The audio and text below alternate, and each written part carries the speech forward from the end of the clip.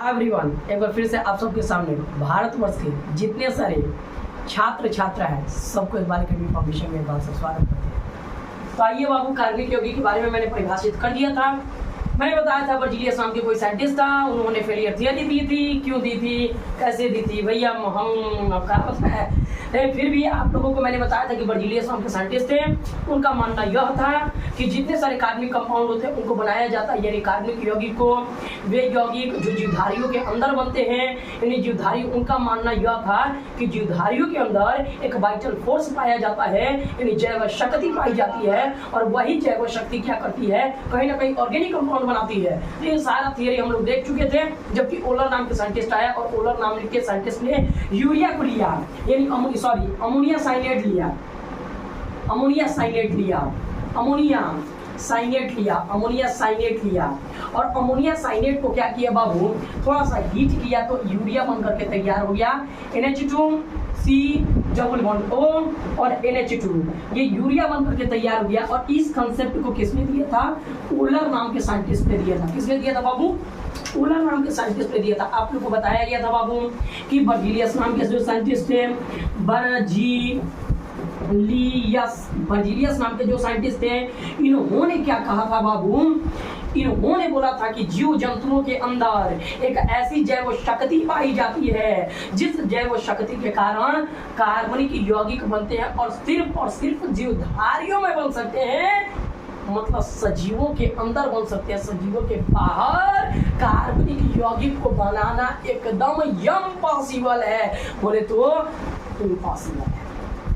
किसने बोला था, बर्जीलियस ने बोला था। लेकिन ओलर नाम के इन्हीं के स्टूडेंट थे ओलर आए और अमोनिया साइनेट को लिया और इन्होंने हीट किया अमोनिया साइनेट को, कहीं ना कहीं यूरिया बन करके तैयार हो गया। और ये एक प्रकार का कार्बनिक यौगिक था जो जीवधारियों के मल मूत्र के अंदर पाया जाता है, जो कि ये एक प्रकार का कार्बनिक यौगिक था।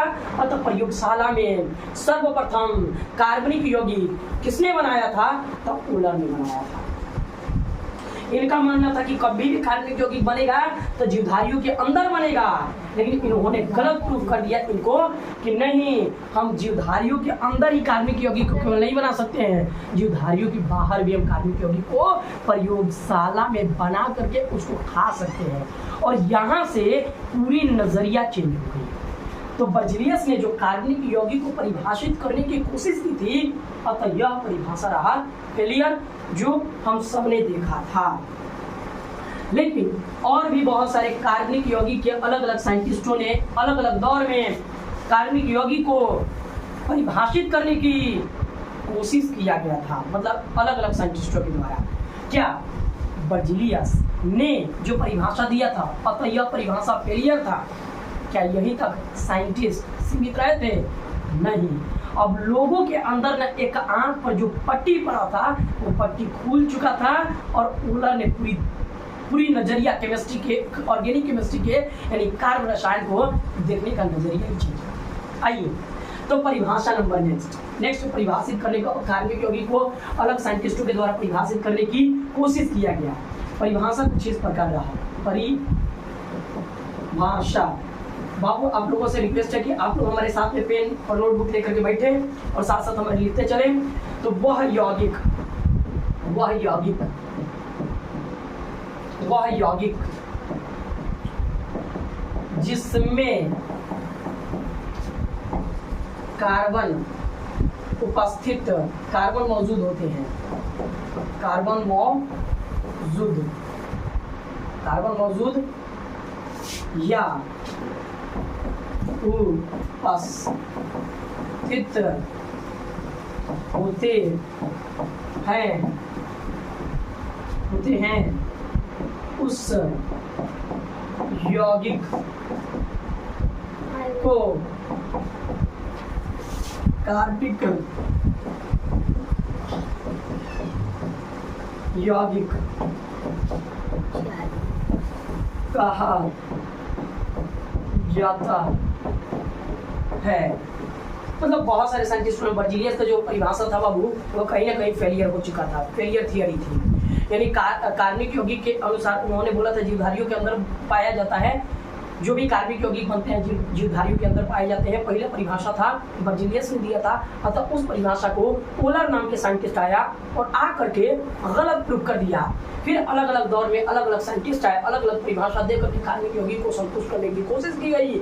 एक और परिभाषा लिखा गया जो ये भी परिभाषा लगभग फेल था।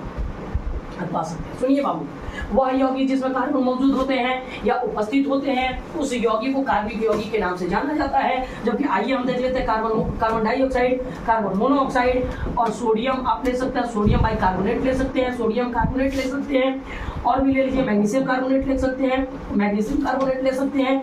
तो आप उठा करके देख लीजिए बाबू, ये जितने सारे यौगिक हैं इसमें कार्बन मौजूद है, इसमें कार्बन मौजूद है, इसमें कार्बन मौजूद है, इसमें कार्बन मौजूद है। तो यह परिभाषा के अनुसार यह सारे यौगिक कहीं ना कहीं कार्बनिक यौगिक होनी चाहिए, जबकि यह अकार्बनिक यौगिक है, अकार्बनिक यौगिक है, यह अकार्बनिक यौगिक है। मतलब यह परिभाषा भी क्या हो गया गलत, यानी यह परिभाषा भी फेल हो गया। आई होप कि आप लोग को समझ आ रहा होगा।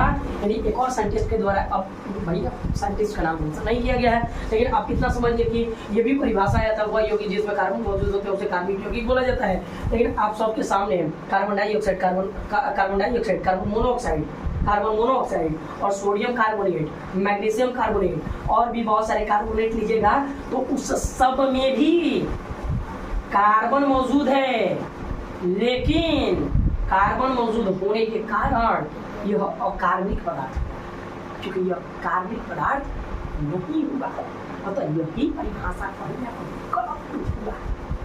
चलिए नेक्स्ट परिभाषा की तरफ हम चलते हैं, जब तक नोट कीजिए।